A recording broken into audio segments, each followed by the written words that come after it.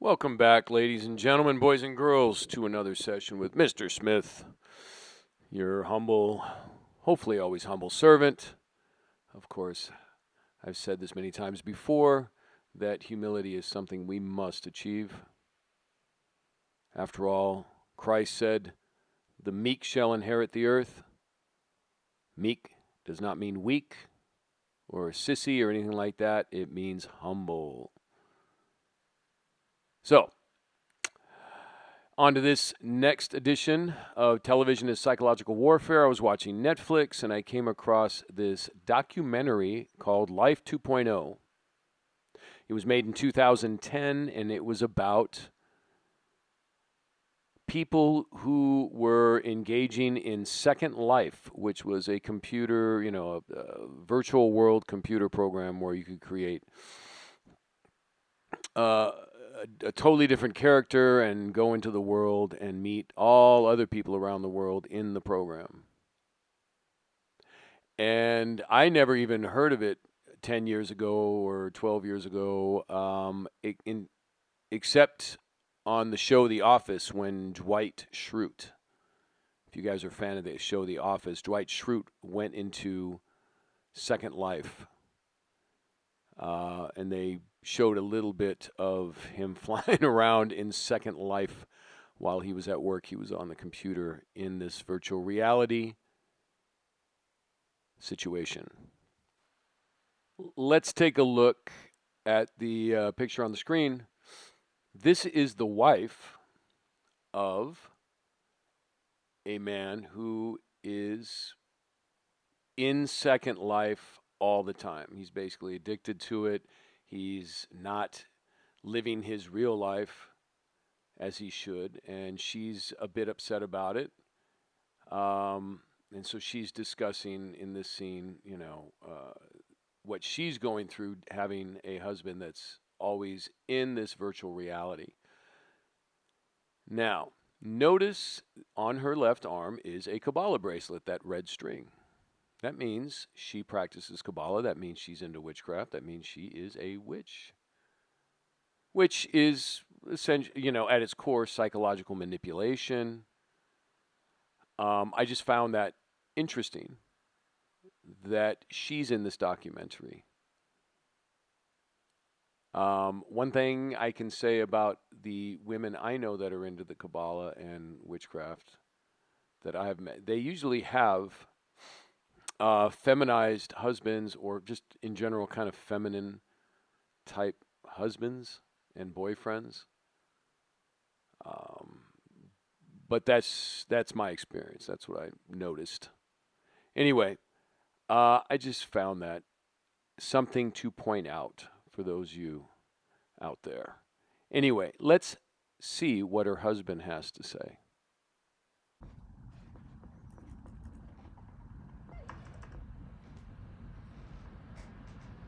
There are many adoption centers. It's a place where a child can go to be matched with a parent and vice versa.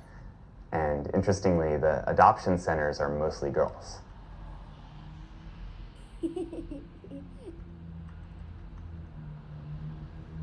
There's so many complex reasons why people would want to do Second Life as a child.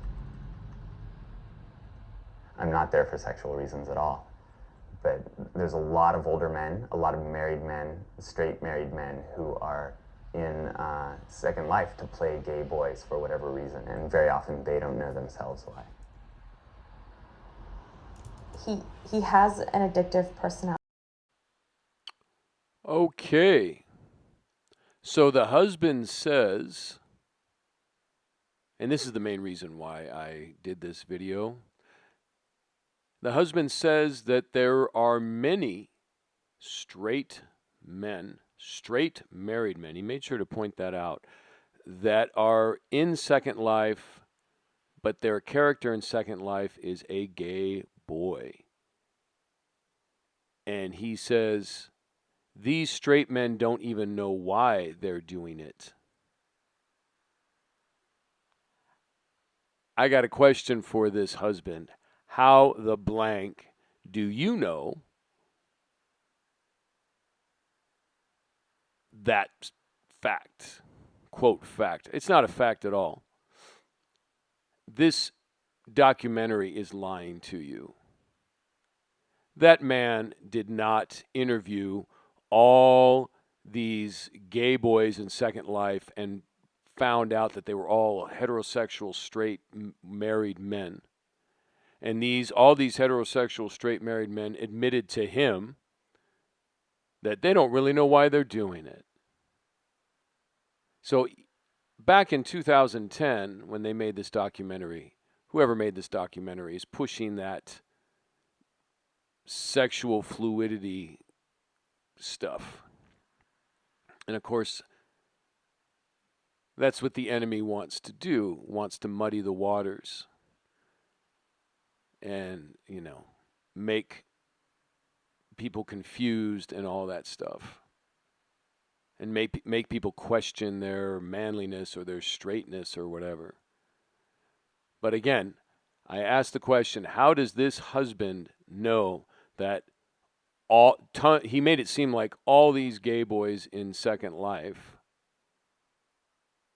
are really straight men, married men in real life? How does he know that? He's lying. That was scripted in there. Television is psychological warfare. Oh, real quick. In case he's not lying, I challenge somebody to show me any kind of proof that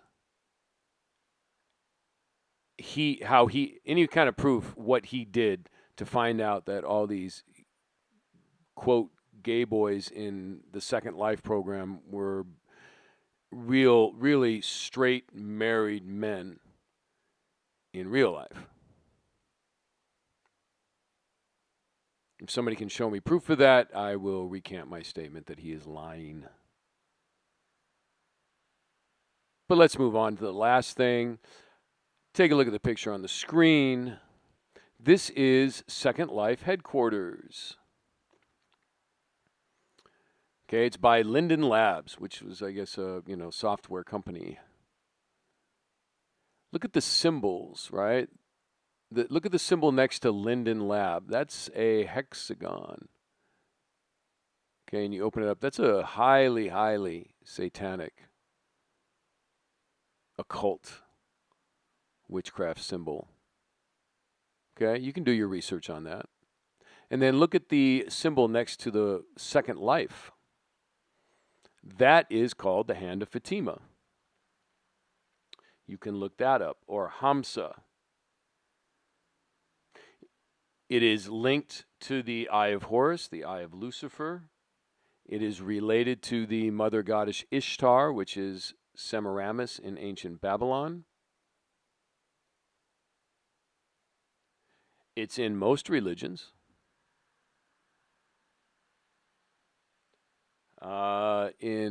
It's also called the Hand of Miriam in Judaism.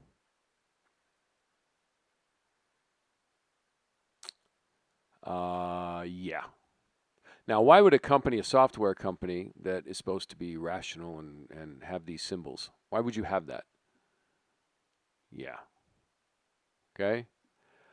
Be careful of these software companies. And again, television they don't call it programming for nothing. We'll be back to your regularly scheduled programs. Television is psychological warfare. Please have a blessed day, and we'll see you on the next one.